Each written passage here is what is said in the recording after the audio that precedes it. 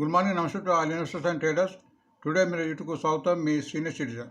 దయచేసి స్కిప్ చేయడం, స్కిప్ చేస్తే మధ్యలో ఇంపార్టెంట్ వార్తగా నా కామెంట్ మిస్ కావచ్చు.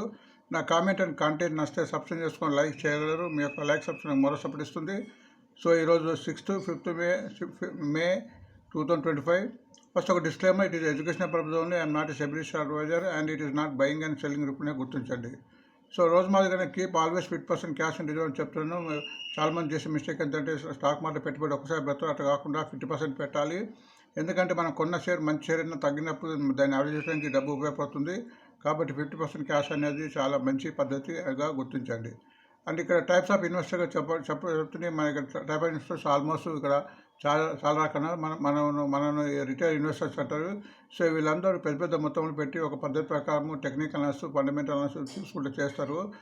పెట్టిన తర్వాత లాంగ్ రన్ ఉండి లాభాలు వచ్చినప్పుడు అమ్ముకుంటూ పోతుంటారు. కాబట్టి మనం కూడా అదే మెథడ్లో ఉండాలని అవగాహన కోసం ఇక్కడ లిస్ట్ ఇవ్వడం జరిగింది. వీటిని కూడా గమనించండి. అండ్ మన ప్రతిరోజు కూడా USA, European and Asia market కూడా రోజు చూడాలని మనం ఒక ప్రయత్నం చేస్తున్నాము. ఎందుకంటే వీటి యొక్క మార్కెట్ ప్రభావం మన ఈరోజు మార్నింగ్ 9:15 ఓపెన్ అయ్యే మార్కెట్ పడే అవకాశం ఉంటుంది.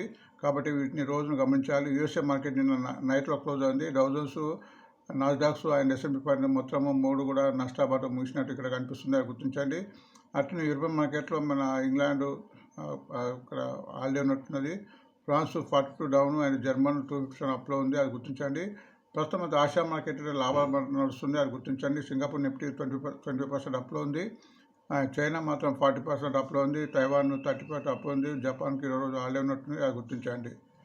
అండ్ మన ఇండియన్ మార్కెట్ నిన్న క్యాష్ ఫ్లో కింద, ఫండ్ ఫ్లో కింద ఇక్కడ చూస్తే ఇండెక్స్ ఫ్యూచర్స్లో 530 మన కొనుగోలు చేశారు. స్టాక్ ఫ్యూచర్స్ కూడా 2805 కొనుగోలు చేశారు. బట్ ఇండెక్స్ ఆప్షన్లో 35,000 సేల్ చేశారు. అండ్ స్టాక్ ఆప్షన్స్ కూడా 1343 సెల్ చేశారు, గుర్తించండి. అట్లనే క్యాష్ సెగ్మెంట్లో నిన్న ఫారినర్స్ సుమారు మళ్ళీ 498 crores బై చేశారు. వీళ్ళు ఆల్మోస్ట్ గత 10 రోజుల నుంచి కంటిన్యూగా బై ఉందిగా గుర్తించండి. అందుకు మార్కెట్ పెరుగుతుంది.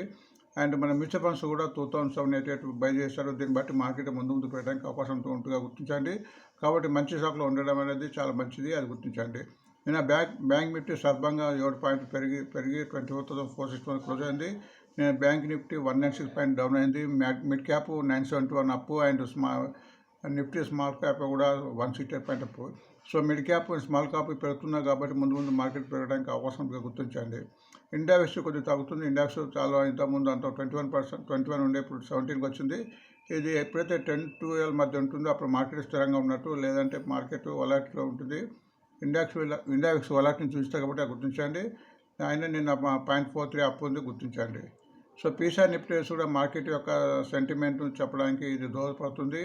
ఎప్పుడైతే పీసీఆర్ నిఫ్టీ రేసు అంటే పుట్ కాల్ రేసు 1 కన్నా ఎబో ఉంటుంది, బుల్లిష్ అన్నట్టు, బిలో 1 ఉంటే బెరిష్గా చెప్పుతుంది. బట్ ఇది ఫ్యూచర్ ఆప్షన్ డాటా బట్టి ఉంటుంది కాబట్టి ప్రతిదీ ఇలానే జరుగుతుందని చెప్పడానికి వీళ్ళది. మార్కెట్లో స్టాక్ మార్కెట్ ఎప్పుడైనా ఏమైనా జరగచ్చు, బట్ ఇది ఒక ఇండికేషన్గా మనం భావించాలి. సో నిన్న ఈరోజు 0.9 అవుతుంది, అంటే బేరిస్ను ఈ సంకేతానికి గుర్తించండి. సో ఇక్కడ నిఫ్టీ 24,461 క్లోజ్ అయింది. దీని యొక్క రెసిస్టెన్స్ 24,850 ఉంది. ఎప్పుడైతే 24,850 క్రాస్ అవుతుందో అప్పుడు మార్కెట్ మన నిఫ్టీ ఇంకా బలపడే అవకాశం ఉంది. అండ్ 23,714 స్టాప్ లాస్ ఉంది. ఎప్పుడైతే 23,714 కిందకి ట్రేడ్ అవుతుందో మార్కెట్ పడే అవకాశం ఉంటుందిగా గుర్తించండి. అంటే బ్యాంక్ నిఫ్టీ కూడా ప్రస్తుతం 54,920 దగ్గర ఉంది. దీని రెసిస్టెన్స్ 55,800. ఎప్పుడైతే 55,800 క్రాస్ అవుతుందో అప్పుడు బ్యాంక్ నిఫ్టీ ఇంకా బలంతో ముందుకు పోయే అవకాశం ఉంటుంది. స్టాప్ లాస్ కింద 54,462. ఇది దీని అంతా ట్రేడ్ కానంత వరకు కూడా మార్కెట్ బాగానే ఉండే అవకాశం ఉంది. ఎప్పుడైతే దీని కింద ట్రేడ్ అవుతే మార్కెట్ ఇంకా పతనం అయ్యే అవకాశం గుర్తించండి. సో ఇక్కడ కొన్ని కమోడిటీకి సంబంధించిన ఇన్ఫర్మేషన్ ఇస్తాము. దీన్ని బట్టి కూడా కొంత మార్కెట్ అవగాహన వస్తుంది. So gold B and silver B ETF ఇవి మామూలుగా గోల్డ్ అండ్ సిల్వర్ చాలా రేటు పెరిగింది కాబట్టి ఇప్పుడు ఇవి అందుబాటులో ఉన్నాయి కాబట్టి వీటిలో కూడా మనం పెట్టుబడి పెట్టచ్చు. ఇది gold B and silver B అనేది రెండు వాటి యొక్క మెటల్స్ని బట్టి, వాటి యొక్క పెరుగుదల బట్టి ఇవి పెరుగుతాయి. అవి పెరిగినప్పుడు ఇవి కూడా పెరుగుతుంది, తగ్గినప్పుడు తగ్గుతుంది. కాబట్టి వీటిని గుర్తించండి. సో ఇది చిన్న మొత్తంలో ఇందులో మనం పెట్టుబడి పెట్టడానికి ప్రయత్నించవచ్చు. సో గోల్డ్ బి ETF ప్రస్తుతం 79 రూపీస్ 58 ఉంది. అట్లనే సిల్వర్ బి ETF 91 రూపీస్ 40 ఉంది, అది గుర్తించండి. ఇక్కడ పక్కకు హైయెస్ట్ లోయెస్ట్ ఉంది, అది గమనించండి. Brent crude oil, dollar index, dollar, USA brand index ఇవి ఎంత తగ్గుతాయి అంత మార్కెట్ ఎకనామిక్ ఎకానమీ పెరిగే అవకాశం ఉంటుంది. బ్రెంట్ కూడా బాగా తగ్గి 60 రూపీస్ దగ్గర ఉంది. డాలర్ ఇండెక్స్ కూడా తగ్గి 100 రూపీస్ దగ్గర ఉంది. డాలర్ కూడా 84 దగ్గర ఉంది, గుర్తించండి. యూఎస్ఏ బాండ్స్ కూడా కొద్దిగా తగ్గుతుంది, 4.349 దగ్గర ఉంది, గుర్తించండి. ఇక్కడ లాంగ్ బిల్డప్లో మన ఫ్యూచర్ ఆప్షన్ దాన్ని బట్టి ఇక్కడ లాంగ్ బిల్డప్ అంటే ఈ షేర్లు ఈరోజు కానీ తర్వాత కానీ పెరిగే అవకాశం ఉన్నట్టుంది. ఎందుకంటే ఓపెన్ ఇంట్రెస్ట్ యాడ్ అయింది కాబట్టి ఈ షేర్ పెరగడానికి అవకాశం ఉంది. ఆ జాబితాను గమనించండి. షార్ట్ కవరింగ్ కూడా ఇవి అంతకుముందు ఇవి షార్ట్ చేశారు కాబట్టి ఇవి కంపల్సరీ ఇవి మళ్ళీ కొనాల్సిన స్థితిలో ఉన్నాయి కాబట్టి వీటిని మళ్ళీ ఇవి పెరగడానికి కూడా ఈరోజు అవకాశం ఉంది, గుర్తించండి. లాంగ్ అన్వైండింగ్లో ఇక్కడ ఓపెన్ ఇంట్రెస్ట్ తగ్గేసి ఇక్కడ అందరూ విత్డ్రా అవుతుంది కాబట్టి షేర్లు తగ్గడానికి అవకాశం ఉంటుంది, గుర్తించండి. షార్ట్ బిల్డప్ కూడా ఈ షేర్లు తగ్గడానికి అవకాశం ఉంది. ఆ జాబితాను గమనించండి. ఇక్కడ ఐఎస్ డెలివరీ కింద ఈ షేర్లో కనీసం మినిమం 70 నుంచి 78% ఈ షేర్లు డెలివరీ జరిగింది. ఎప్పుడైతే డెలివరీ ఐఎస్ జరుగుతుందో ఇవి ముందు పెరుగుతాయని దీని యొక్క ఉద్దేశం. సో ఆ లిస్టును గమనించండి. ఈరోజు బ్యాన్లో మాకు కొత్త షేర్ యాడ్ అయింది, మనోహర్ ఫైనాన్స్. అంతకుముందు ఆర్బిఎల్ బ్యాంక్ ఉండే. So RBL bank and Manohar finance రెండు బ్యాన్ లిస్ట్ ఉన్నట్టు ఇవి ఫ్యూచర్ ఆప్షన్స్లో.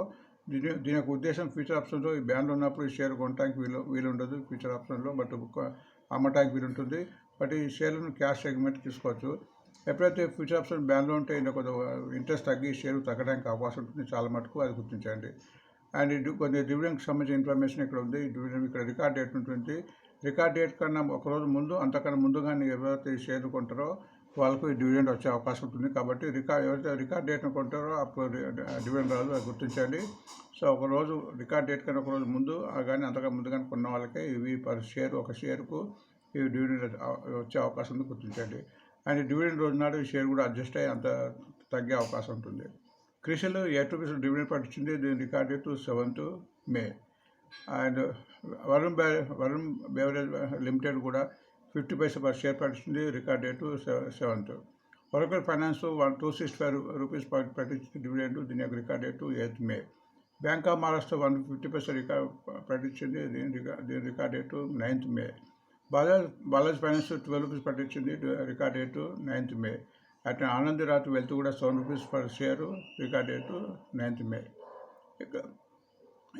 ఇక్కడ కొంత స్ప్లిట్కి సంబంధించిన ఇన్ఫర్మేషన్ ఇన్ఫో ఎడ్జ్ స్ప్లిట్ పట్టించింది. అది రికార్డ్ డేట్ 7th.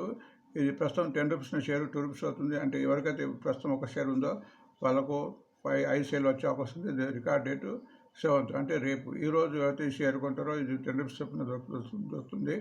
రేపటి నుంచి 2 రూపీస్ అయ్యి ఆ రేటు కూడా అడ్జస్ట్ అయ్యే అవకాశం ఉంటుంది.